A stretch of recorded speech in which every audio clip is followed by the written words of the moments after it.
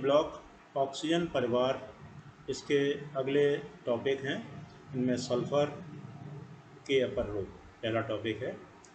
Sulphur जो है उसकी उच्च एस एस बॉन्डिंग जो है, सल्फ़र आपस में जो बॉन्ड बनाते हैं उसकी उच्च बंधन ऊर्जा के कारण सल्फ़र परमाणुओं की श्रृंखलित होने की प्रवृत्ति होती है।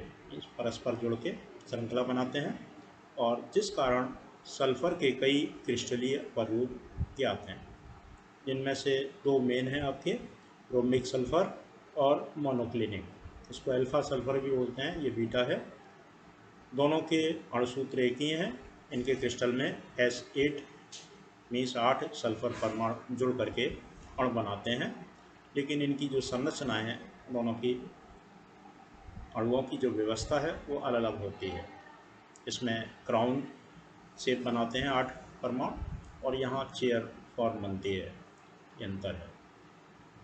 सामान्य ताप पर जो रोम्बिक सल्फ़र है ये स्थायी होता है और जब आप इसको गर्म करते हैं और 95.6 या इससे ऊपर जाते हैं तो हमें मोनोक्लिनिक सल्फ़र प्राप्त होता है, जो ठंडा करने पर इतने 95.6 डिग्री सेंटीग्रेड या इससे कम ताप पर फिर से इसी में रोम्बिक सल्फ़र में बदल जाता है। इसके बाद सल्फ़र का यौगिक है सल्फ़र डाइऑक्साइड SO2। विरचन जैसे सल्फ़र या गंधक को वायु में जलाने से, तो S हवा में जलेगा तो हवा से ऑक्सीजन लेगा, SO2 बनेगा। धातु सल्फाइड होता है SO3 और इसकी वैलेंसी 2 है, Na2SO3। सोडियम सल्फाइड है या कोई और सल्फाइड है, इसमें तन अम्ल मिलाएंगे, HCl मिलाया या H2SO4 मिलाया तो SO2 गैस बनती है। कॉपर या तांबे की छीलन को सांद्र H2SO4 के साथ गर्म करने से, ये प्रयोगशाला विधि भी है। हम कॉपर लेके उसमें सांद्र H2SO4 मिलाएंगे, गर्म करते हैं तो SO2 गैस बनती है। ये जो गैस है ये रंगहीन जलते गंधक की तीव्र गंध वाले जल में विलय और वायु से दुगने से भी ज़्यादा गुण भारी गैस है। न तो स्वयं जलती है और न जलने में सहायक है। सामान्य गुण है अम्लीय प्रकृति। इसका जली विलयन नीले लिटमस को लाल कर देता है, तो ये गुण अम्लों के अंदर होता है, नीले लिटमस को लाल करना। पानी के साथ ये सल्फ्यूरस अम्ल बनाता है H2SO3 और इसी कारण से नीला लिटमस लाल हो जाता है। ऐसे ही यहाँ ये क्षार से क्रिया कराई, चूने का पानी है तो इसके साथ क्रिया करके ये कैल्शियम सल्फाइड लवण बनाता है, तो ये दो गुण हो गए अम्लीय प्रकृति के लिए। इसके बाद है ऑक्सीकारक गुण। ये अन्य पदार्थों का ऑक्सीकरण करती है, जैसे H2S है, इससे क्रिया करके सल्फ़र मुक्त करती है H2S से। मैग्नीशियम से क्रिया करके उसका ऑक्साइड बनाती है, या Fe है उससे क्रिया करके उसका ऑक्साइड बनाती है, तो ये ऑक्सीकारक गुण है। चौथा है अपचायक गुण। जैसे अम्लीय पोटेशियम डाइक्रोमेट है K2Cr2O7 और इसमें H2SO4 मिलाया है। इसमें जब आप SO2 गैस प्रवाहित करेंगे K2SO4 Cr2SO4 का थ्राइस H2, इसका ऑक्सीकरण हुआ। किसका ऑक्सीकरण किसका अपचयन है, बहुत आसान है। इसमें आप ON निकाल सकते हैं, उसके द्वारा बता सकते हैं। जैसे Cr मेन है, यहाँ Cr का आप निकालेंगे तो Cr का ON +6, एक Cr का ON +6 और यहाँ +3, ON में कमी, तो मीन्स इसका अपचयन हुआ। अपचयन करने वाला कौन है, SO2। SO2 का यहाँ अपचायक के रूप में है या इसका ऑक्सीकरण हो रहा है।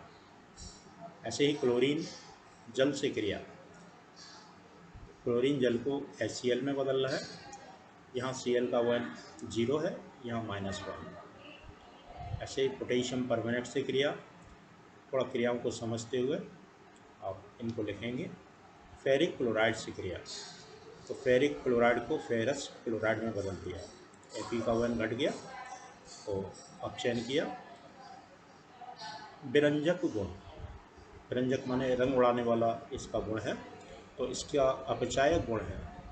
SO2 कोमल पदार्थों का विरंजन करती है, और ये जो विरंजन है वो अस्थायी होता है, क्योंकि वायु की उपस्थिति में उसका पदार्थ का फिर से ऑक्सीकरण होकर फिर से वो पदार्थ रंगीन हो जाता है। SO2 + H2O नमी की उपस्थिति में SO3 में बदल जाएगी, और यहाँ हाइड्रोजन प्राप्त होते हैं। इन हाइड्रोजन के द्वारा कोई रंगीन पदार्थ है वो रंगहीन हो जाता है। उपयोग चीनी के शोधन में इनका मुख्य उपयोग है प्रतिक्लोर के रूप में। इसके बाद अगला इसमें जो टॉपिक है सल्फ़र से संबंधित, उस सल्फ़र के ऑक्सो अम्ल हैं, इनकी केवल संरचनाएं आपके यहाँ कोर्स में हैं। इनमें सल्फ्यूरिक अम्ल H2SO4 है, इसको आप अगले टॉपिक में अगले वीडियो में देखेंगे। संरचना इसकी देखें, H2SO4 जैसे संरचना पीछे आपको फर्स्ट ईयर में बताई हैं, बिल्कुल उसी तरह से आप संरचना बना सकते हैं। मेन इसमें केंद्रीय परमाणु सल्फ़र है, ये है, और इसके साथ ये जो जुड़े हुए हैं सल्फ्यूरिक अम्ल, यहाँ द्विक्षारकीय मीन्स 2H देता है, तो वो दोनों ही हाइड्रोजन ऑक्सीजन से जुड़े होंगे, तभी वो सक्रिय होंगे, और क्षारकता 2 होगी, ये दोनों H हट सकते हैं। तो ये इसकी संरचना है।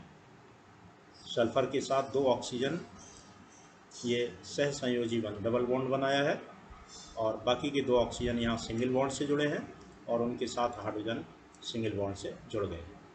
या इसको हम ऐसे भी दिखा देते हैं, सल्फ़र के साथ ऐसे जुड़ गए 2 ऑक्सीजन, और ऑक्सीजन ये वाले इधर जुड़े और हाइड्रोजन जुड़ गया। तो इसके अलावा सल्फ्यूरस अम्ल, एक ऑक्सीजन कम है, तो आप यहाँ ये जो 2 ऑक्सीजन हैं इनमें से कोई एक ऑक्सीजन हटा देंगे तो ये सल्फ्यूरस अम्ल की संरचना बन जाएगी। यहाँ इस संरचना में से हमने ये हटा दिया एक ऑक्सीजन, तो यहाँ सल्फ़र जो है उसकी बाहरी कक्षा में 6 इलेक्ट्रॉन हैं, संयोजी इलेक्ट्रॉन 6 हैं, तो 2 और 2 इधर लगे हैं, 4 इलेक्ट्रॉन लगे हुए हैं। तो ये जो इलेक्ट्रॉन का जोड़ा है वो शेष बचता है सल्फ़र के ऊपर, ये सल्फ्यूरस अम्ल इसकी संरचना है। इसके बाद परऑक्सो मोनोसल्फ्यूरिक अम्ल, सल्फ्यूरिक अम्ल अभी आपने देखा था H2SO4, उसकी ये संरचना है या ये संरचना है। इसमें परऑक्सो मीन्स इसमें एक परऑक्साइड बन जाएगा कहीं, परऑक्साइड का मतलब होता है कि कहीं भी 2 ऑक्सीजन आपस में जुड़ने हैं, तो आप यहाँ एक ऑक्सीजन बढ़ा सकते हैं या यहाँ बढ़ा सकते हैं, बीच में यहाँ बढ़ा दिया इधर या इधर, यहाँ बढ़ाने से ये संरचना बनेगी परऑक्सो मोनोसल्फ्यूरिक अम्ल की। इसके अलावा है परऑक्सो डाइसल्फ्यूरिक अम्ल, इसमें भी परऑक्सो है लेकिन डाइसल्फ्यूरिक अम्ल। पहले इसको देखें डाइसल्फ्यूरिक अम्ल को, H2H2O7, इसको ओलियम भी बोलते हैं। इसमें 2 सल्फ्यूरिक अम्ल वो जोड़ते हैं, एक ये है, एक और जोड़ दें हम, इसका H2O हटा दें, 2 अणुओं में से इसका एक का H और दूसरे का जो इधर साइड OH होगा वो हटाने से H2 हट जाएगा, और 2 अणु सल्फ्यूरिक अम्ल के इस तरह से जोड़ करके डाइसल्फ्यूरिक अम्ल बनता है। अब इसमें परऑक्सो और जोड़ना है, एक ऑक्सीजन और बढ़ाना है, तो यहाँ इसी ऑक्सीजन के साथ एक ऑक्सीजन और बढ़ा दिया, ये बन गया परऑक्सो डाइसल्फ्यूरिक अम्ल।